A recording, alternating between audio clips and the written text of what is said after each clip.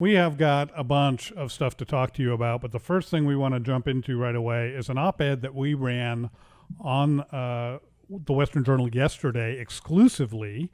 You can't find this anywhere else, or if you can find it anywhere else, it's because they stole it. Let us know. We'll send Sarah to get them. And it ran so that you see it on the screen now. It had sort of a subtitle, which was "The Constitutional Duty of State Legislatures in a Contested Presidential Election." We don't normally run subtitles, but we don't normally run op-eds like this either. I got this yesterday afternoon. I worked on it for a couple of hours at home, and eventually decided essentially we were going to run it as written. I didn't bring it into conformity with AP style, with our House style.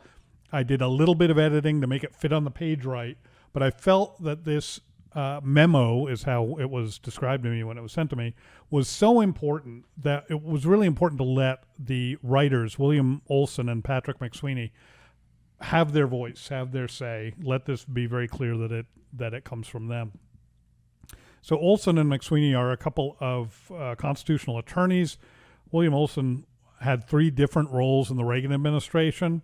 Patrick McSweeney worked in the Department of Justice for a number of years. They both are constitutional attorneys now, working at 2 different firms that specialize in constitutional law, among other things. So these are a couple of guys who really know what they're talking about. And this op-ed has been on fire all day on the site. We have had just an enormous response to it.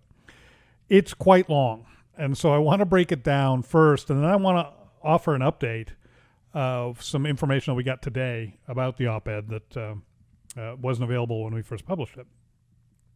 So just breaking it down as quickly as I can. I'm going to do this as quickly as I can summarize. I'm going to summarize this. Bear with me. So during the 2020 presidential election, according to Olson and McSweeney, many of the so-called swing states, including Arizona, which they make sort of a special case about in this memo, saw unprecedented and unlawful, their word, erosions of procedural safeguards, and listen to this, erosions of procedural safeguards as well as administrative irregularities on Election Day. Note that they don't even talk about fraud here. What they say is that states did a really bad job. In unprecedented times, we have Corona and everything else going on, prevalence of mail-in ballots, all of this kind of stuff. And what they're harping on here is not the possibility of fraud, although they do talk about that. But they really set the stage initially by talking about the failure of the states to adapt to this environment, and therefore the electoral process was not as safe and secure as it should be. Mm-hmm. And they say people deserve an honest accounting of who won. I don't think anybody, left or right, can agree with that. Largely, they wrote this in response to a piece written by Andrew McCarthy in National Review. And McCarthy, who I think he's a good writer, made a mistake when he wrote in National Review. What he did was he basically said, no, state legislatures cannot overturn the popular vote. Which is categorically untrue. It's effectively untrue. It's untrue, and B, it's not what the Trump administration is trying to do. Mm-hmm. Nobody's trying to... But when does that stop National Review? Well, that's right. Nobody's trying to overturn the actual vote. What the Trump administration is saying is, we don't think this is the actual vote. Yep. We think there's something else going on. Mm-hmm. So they use Arizona as sort of a test case, although what they talk about exists everywhere, certainly in swing states. Biden, if you look at the current vote tallies in Arizona, is winning by 10,457 votes. That is 0.31% of all the votes counted. That's a rounding error. Yep. It is very easy, with zero evidence, very easy to see how it's possible that mistakes could be made on 11,000 votes out of the 3 million or so that were cast. Let alone lack of residency requirements, illegals voting, and these things. Exactly. But any one of these take all things, that out of it. Yeah, and you still have the possibility of 11,000 mistakes being made. Honest mistakes. That's a tiny number. Yeah. Olson and McSweeney argue, however, that it's not just about mistakes, it's not just about procedural errors, but that they're actually arguing that the Trump legal team has laid out a prima facie case of systemic election fraud. Now, That's Latin. It's a court term, a legal term, and it just literally just means first face. I'm sure you knew that, Josh. Actually, I'm not sure if you know this. Most all phrases in Latin actually translate to exactly the same thing. I don't know if you know this or not. Oh, really? No, I wasn't aware of that. So they all turn virtually every Latin phrase translates into "I know Latin and you don't." You don't. Yeah. Yeah. So there That's you go. actually in our Just- house style just guide so here. somewhere. Yeah. So prima facie just means, it literally means first face. It means you have to lay out a case. When you first get to court, you have to lay out a case to let the judge even to make a decision. Like, do we even need to be here talking about this? Right? Is there even enough worth talking about here? And if not, your case gets thrown out. Now, I'm not a lawyer, and that's not a legal definition of prima facie. Okay, that's basically how it works. It's pretty spot on. Yeah, thanks. Sarah is a lawyer, so I'm working on it. Okay. I'm getting there. So now these two lawyers, Olson and McSweeney, are arguing that prima facie case has been made, that the Trump legal team has presented enough information to say, yeah, we should go on. We should continue looking at this. More than that, they note that a significant number of voters do not trust the system. I've seen numbers like 70% of Republicans believe systemic voter fraud occurred. They even cite a case of a study where 30% of Democrats believe that significant voter fraud occurred.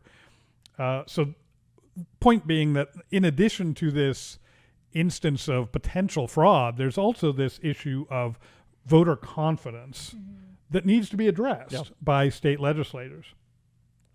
So, as we've mentioned many times on this show in the past couple of weeks, state legislators choose the electors that get sent to the Electoral College to vote for the president. This process was chosen specifically by the founders to combat a couple of things. One, corruption. 2, foreign interference. Which we've heard about. These are two things that the Democrats have been complaining about loudly since 2016, right? So you'd think if anybody has an interest in supporting the constitutional process, it would be the Democrats, right? Yeah. And it makes sense. When the Constitution was written in the late 1700s, think about all the TV shows you've ever seen about kings and queens in Europe and how this king sends his daughter to marry this prince of this country so they can form an alliance. And so the idea of foreign influence and influence peddling between nations, today we may think of that as, does that even really happen? In the 18th century, it was very common that that kind of thing happened. And the founders had watched those TV shows and knew they watched they watched a lot of Hulu. I think a lot they of watched Hulu. a lot of Hulu. Yeah, and so they were very, very concerned about that happening, or very concerned about preventing that from happening. And that was the realpolitik of Europe where they came right. from. That was not the exception; it was the rule. Exactly, and they didn't want that to be the rule in the United States, and so the Electoral College was founded. So I'm going to read a couple of short paragraphs here from this, and then I've got a couple of questions for you guys. Based on these arguments, here's the conclusion that Olson and McSweeney come to. Quote, the question for each Arizona state legislator should be whether the vote counting system that is in place has generated an accurate re-election of the lawful voters of Arizona, or whether the system either is flawed or was hijacked to reach a predetermined result. If it is believed that there was systemic election fraud in Arizona, then allowing the state certification process to go forward unchecked would make the legislature complicit in the perpetration of a fraud upon the United States and its people. So those are pretty strong words of warning to state legislators in Arizona. Again, they used Arizona as sort of a test case, but their argument applies to any swing state you want to name. So here's what they suggest. However, there is no reason why a state legislature could not send its own certificate of ascertainment, which in this scenario could, 1, give all of the state's electors to Trump, 2, could split them between Trump and Biden, or 3, refuse to send any electors at all. So, here, my question for you two is this.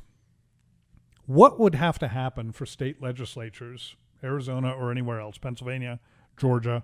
They also include, actually, in this memo, they had an appendix to it. And the appendix was an article that laid out a pretty decent case for voter fraud, systemic voter fraud by computer in both Georgia and Pennsylvania. So this is not just an Arizona thing.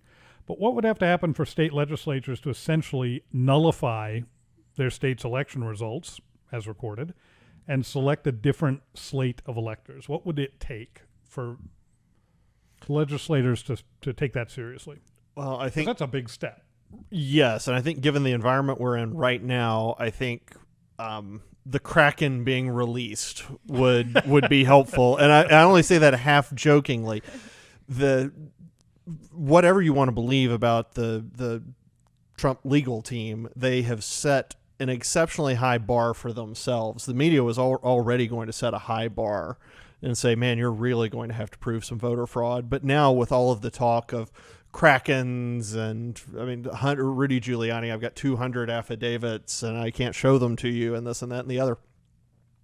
They are really going to have to show some significant voter fraud. Otherwise, it's going to look like they were. They're making a mountain out of a molehill. So I think that is one thing, and I think that's a problem from the PR aspect of the Trump legal team.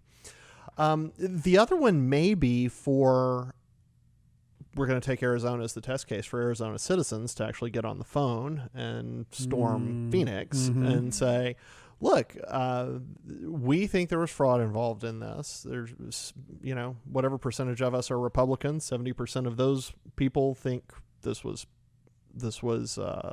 not fair, that it was rigged in some way, shape, or form. And we want you to act.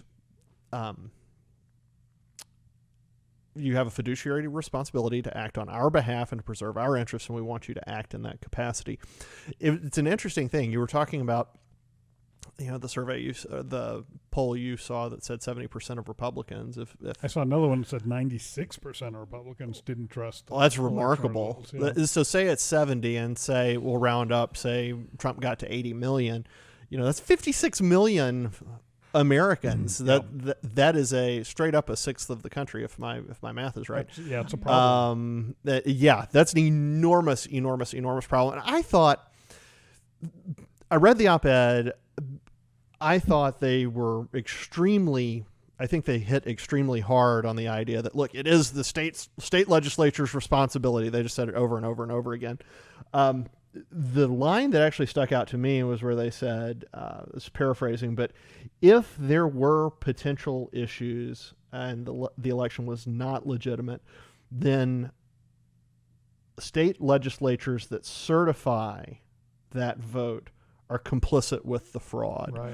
And that is something that they need to think long and hard about.